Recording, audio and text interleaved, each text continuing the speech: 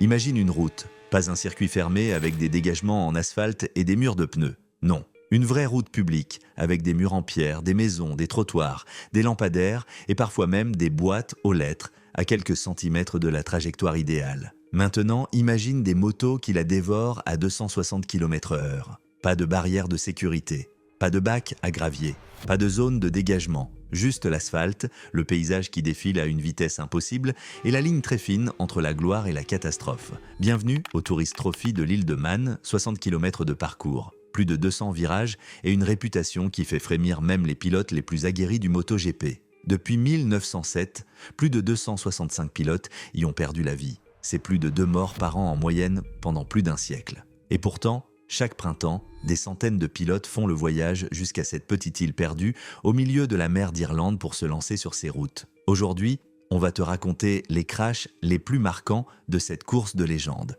Ceux qui ont été filmés par les caméras, ceux qui ont changé des vies à jamais, et ceux qui rappellent que sur cette île, chaque virage peut être le dernier. Mais avant de plonger dans ces histoires, laisse-moi te poser une question. Tu as déjà roulé à moto ? Même sur une petite départementale de campagne, même à 120 sur une nationale bien droite? Tu sais cette sensation quand le vent appuie sur ta poitrine, quand le moindre caillou sur la route fait monter ton rythme cardiaque d'un cran? Maintenant, imagine cette sensation et multiplie-la par 10, par 20. Imagine que les murs passent à 30 cm de tes genoux, que les spectateurs te filment depuis leur jardin, que le compteur affiche 260 et que tu sais que le prochain virage arrive dans 3 secondes. C'est ça le TT. Et ce que tu vas voir dans cette vidéo, ce ne sont pas des cascades de cinéma. Ce sont des moments réels où la vie de vrais pilotes a basculé en une fraction de seconde. Certains se sont relevés, d'autres non. Et chaque histoire que tu vas entendre te fera comprendre un peu mieux pourquoi cette course est considérée comme la plus dangereuse au monde. On commence par le crash le plus récent de cette liste. 2024, Peter Hickman. Si tu suis le TT, tu connais ce nom. Peter Hickman détient le record du tour le plus rapide jamais réalisé sur le Mountain Course. Plus de 270 km/h de moyenne sur 60 km de route publique. C'est l'homme le plus rapide à avoir jamais piloté une moto sur l'île de Man.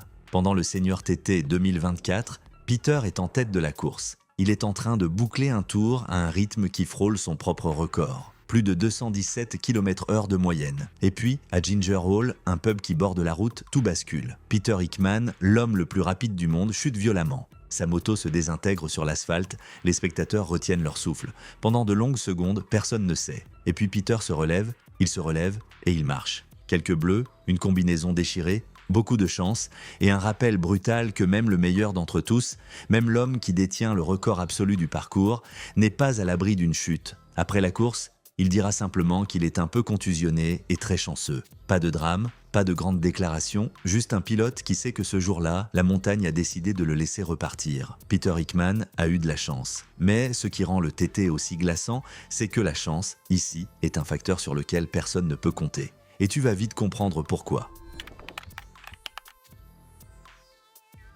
On remonte en 1999 sur Bray Hill. C'est la toute première descente du parcours, juste après le départ. La route plonge à 45 degrés dans une pente qui te fait accélérer de 0 à plus de 250 km/h en quelques secondes. Paul Orrit, un pilote britannique, négocie cette descente quand sa moto perd l'arrière. Ce qui suit est l'un des crashs les plus impressionnants jamais filmés au TT. Sa moto glisse sur le côté et Paul percute le mur à une vitesse phénoménale. Son corps rebondit sur l'asphalte comme une poupée de chiffon. La moto se désintègre en plusieurs morceaux.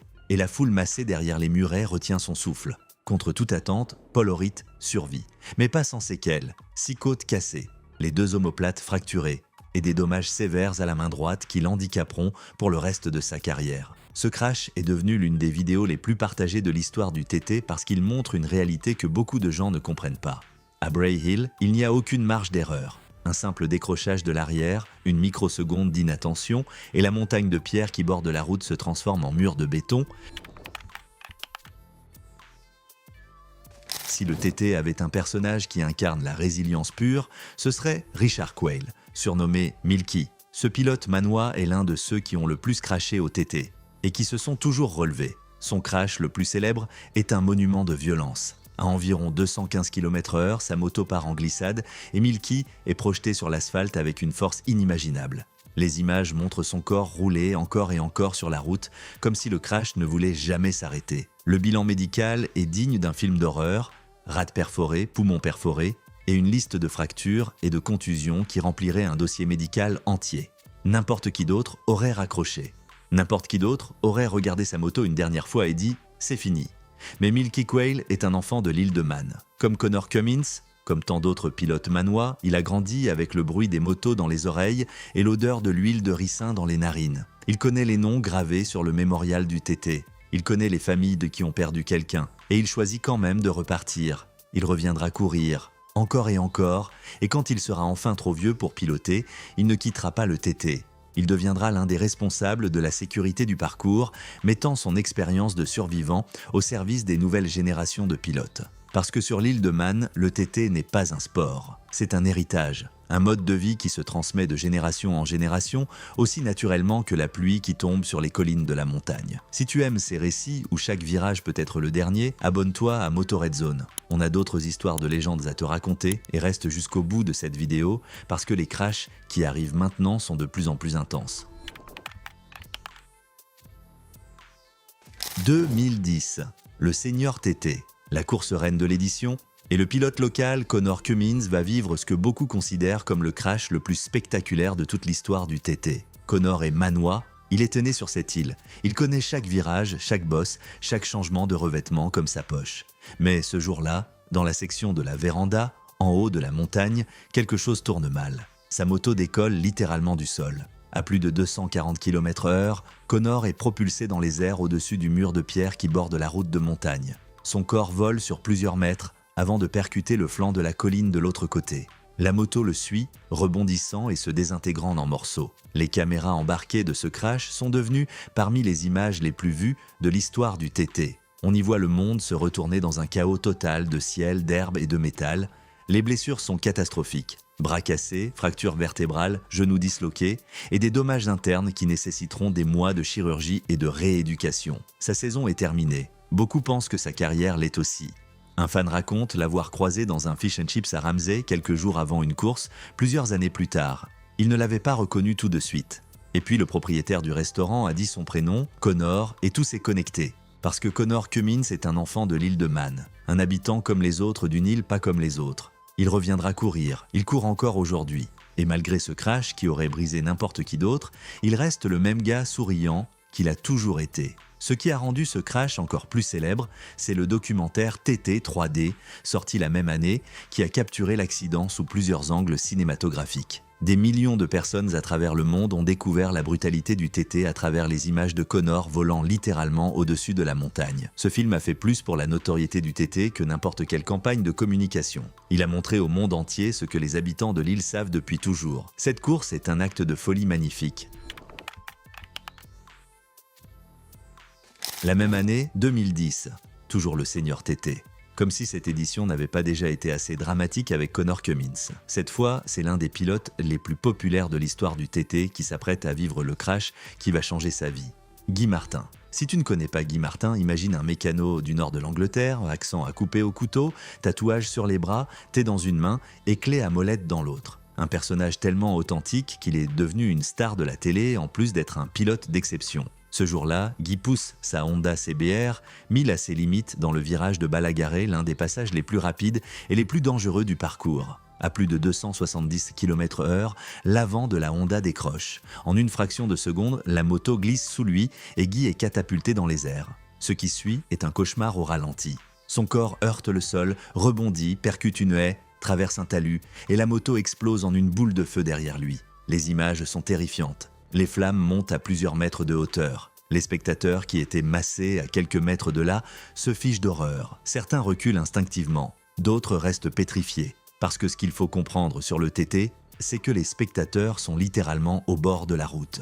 Il n'y a pas de grillage de sécurité entre eux et les motos. Juste une haie, parfois un muret, et une distance de quelques mètres qui sépare la vie normale du chaos total. Quand les secours arrivent, le bilan est lourd, poumons contusionnés, fractures vertébrales, des côtes fêlées et une liste de blessures qui remplirait une page entière de dossier médical. N'importe quel être humain normal serait resté au lit pendant des mois à contempler sa retraite. Mais Guy Martin n'est pas normal, Dans une interview filmée quelques heures après le crash, assis dans la porte d'un van avec encore la poussière et le sang séché sur le visage, il dit cette phrase que les fans du TT n'oublieront jamais. Il décrit le moment du crash comme avoir trouvé une boîte pleine de points morts. Pas de plainte, pas de drame, juste cette désinvolture typiquement britannique, ce mélange de courage et d'humour noir qui fait de Guy Martin bien plus qu'un pilote, c'est un personnage, une légende vivante. Il se remettra, il reviendra courir, mais ce crash de Balaguerre restera gravé dans la mémoire de tous ceux qui l'ont vu en direct. Et retiens bien ce nom, Balaguerre. Ce virage va revenir plus tard dans cette vidéo, et la prochaine fois, le pilote n'aura pas la même chance que Guy. En 2011, Kitamor arrive sur l'île avec la confiance d'un pilote au sommet de son art. Il a déjà plusieurs podiums au TT, à son palmarès, mais cette année-là, l'île va lui rappeler qu'elle ne fait de cadeaux à personne. Pendant les essais, Kit perd le contrôle à Quarter Bridge, un des virages techniques du parcours. Le crash est violent, mais Keith est un dur. Il se relève, se fait soigner et décide de prendre le départ de la course Supersport malgré les douleurs. Pendant la course, à Union Mills, sa moto part en glissade dans un virage à haute vitesse. Cette fois, l'impact est encore plus brutal. Kit est évacué avec des blessures sérieuses à l'épaule. Les médecins lui disent la vérité, les dommages accumulés entre les deux crashs de la même semaine sont trop importants. Son corps ne peut plus encaisser. En 2012, Kitamor annonce sa retraite de la course sur route. Un pilote au talent immense, stoppé net par la violence de l'île. Ce que l'histoire de Keith illustre parfaitement, c'est quelque chose que beaucoup de gens ne réalisent pas sur le TT. Ce ne sont pas seulement les crashs spectaculaires qui brisent les carrières. Parfois, c'est l'accumulation. Chute après chute, impact après impact, le corps finit par dire stop. Et pour un pilote qui vit pour la vitesse, cette sentence est peut-être la plus cruelle de toutes. 2015, le senior TT. Jamie Hamilton est un jeune pilote irlandais avec un talent énorme et un avenir qui s'annonce brillant. Il est rapide, il est courageux, et il est exactement le genre de pilote que le TT adore. Un gars qui ne recule devant rien. Mais au 11e kilomètre du parcours, l'un des passages les plus rapides de la section de montagne, Jamie perd le contrôle à haute vitesse. Le crash est d'une violence extrême. Jamie est grièvement blessé. Quand les secours arrivent, la situation est critique. Il est évacué en urgence et ses blessures s'avèrent être celles qui mettent fin à une carrière. Jamie Hamilton ne recourra jamais au TT. À un âge où la plupart des pilotes sont en pleine ascension, sa carrière s'arrête net sur les pentes de la montagne de l'île de Man. Ce qui rend ce crash particulièrement tragique, c'est le potentiel perdu. Jamie Hamilton avait tout pour devenir l'un des grands noms du TT. La vitesse, le courage, l'instinct de course, il avait cette capacité rare de lire la route à haute vitesse, d'anticiper les pièges, de trouver du grip là où d'autres n'en voyaient pas. Mais l'île de Man ne se soucie pas du talent. Elle ne fait pas de distinction entre le débutant et le champion, entre le pilote qui fait ses premiers 6 tours et celui qui vise le podium. Sur ces routes, tout le monde est égal face au danger. Et la montagne prend, sans prévenir, sans négocier, sans faire de cadeaux. 2017. Guy Martin est de retour. Après le crash de Balaguerre en 2010, après des blessures qui auraient mis fin à la carrière de n'importe qui d'autre, Guy est revenu courir. Parce que c'est Guy Martin. Mais cette année-là, sur sa Honda Fireblade, dans le virage de Dorans Bend, sa boîte de vitesse fait ce qu'on appelle un faux point mort. À environ 220 km/h, la transmission saute dans le vide. Le moteur hurle dans le vide, la roue arrière perd toute adhérence et la moto se cabre violemment avant de catapulter Guy dans les airs. Ce crash est différent de celui de 2010. Il n'y a pas de boule de feu, pas d'image spectaculaire que les caméras capturent pour l'éternité. Mais pour Guy Martin, c'est le crash de trop. Après 7 ans à repousser les limites, après des dizaines de fractures, après avoir frôlé la mort à Balaguerre et être revenu comme si de rien n'était, quelque chose se brise à l'intérieur. Pas un os cette fois, quelque chose de plus profond. En juillet 2017, Guy Martin annonce sa retraite de la course professionnelle. L'homme qui avait survécu à Balaguerre et qui avait ri au visage de la mort dans la porte d'un van, qui incarnait l'esprit même du TT pour des millions de fans à travers le monde, raccroche définitivement son cuir de course. Aujourd'hui, Guy Martin reste Guy Martin, il publie des vidéos sur sa chaîne YouTube où on le voit réparer des camions, battre des records du monde de vitesse, construire des machines impossibles dans son atelier. Il reste fidèle à lui-même, toujours l'accent du Nord, toujours le thé à la main. Mais il ne courra plus jamais au TT. Et quand les fans lui demandent s'il regrette, la réponse est toujours la même. Pas une seconde, il a tout donné à cette course. Et cette course le lui a bien rendu. 2014. Bob Price a 65 ans. 65 ans et il est sur la grille de départ de la course Supersport du TT. Pour beaucoup de gens, À cet âge, la vie se résume à la retraite. Aux petits-enfants, peut-être un peu de jardinage. Bob Price, lui, pilote des motos de course à plus de 200 km/h sur les routes les plus dangereuses de la planète. Il est originaire de Gloucester, en Angleterre. Un homme passionné qui n'a jamais voulu arrêter de courir. Pendant la course Nabalog Bridge, l'un des passages les plus célèbres du parcours, avec son saut qui soulève les motos dans les airs, Bob Price perd le contrôle de sa machine. Sa moto le propulse vers l'extérieur du virage. Il percute le Raven Hotel, un bâtiment qui borde directement la route.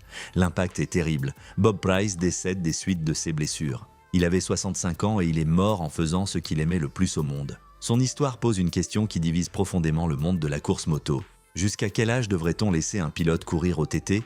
Il n'y a pas de limite d'âge officielle. Et les défenseurs de la course diront toujours la même chose. Chaque pilote qui prend le départ connaît les risques. Il les accepte librement. Personne ne les force, personne ne les oblige. C'est leur choix, leur liberté. Et Bob Price, à 65 ans, avait fait ce choix en toute conscience, avec la même passion qu'il avait quand il a enfourché sa première moto des décennies plus tôt.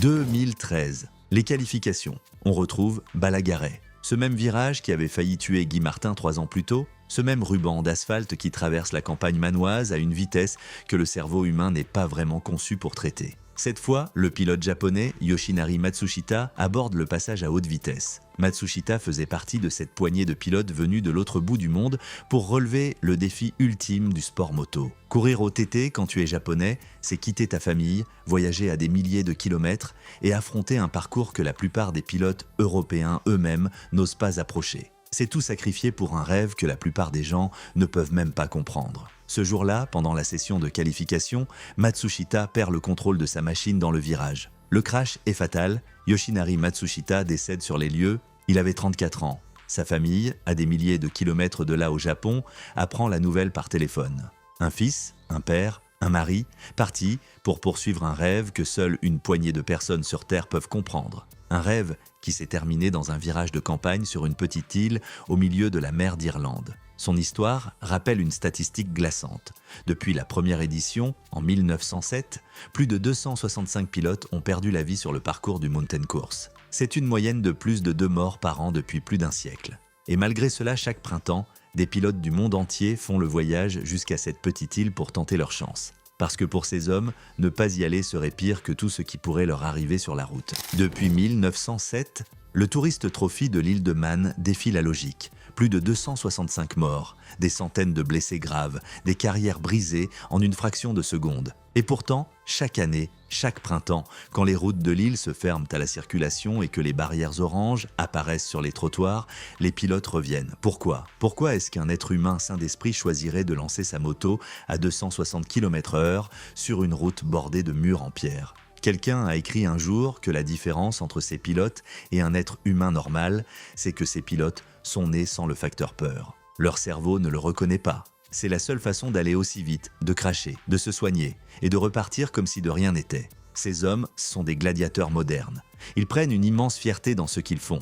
Ils acceptent pleinement la mort ou les blessures graves comme conséquence possible de leur passion. Pas par inconscience, par choix. Par amour pur de la vitesse et de cette montée d'adrénaline que rien d'autre au monde ne peut reproduire. Et c'est exactement ce qui rend le TT unique. Ce n'est pas juste une course, c'est un pacte entre un pilote et une route. Un pacte où les deux parties savent que les règles peuvent changer à chaque virage, que la montagne peut donner la gloire ou tout reprendre en une milliseconde. Et que malgré ça, malgré tout ce que tu viens de voir dans cette vidéo, il y aura toujours des hommes assez fous, assez courageux, assez passionnés pour prendre le départ. Si cette vidéo t'a marqué, pense à t'abonner à Moto Red Zone.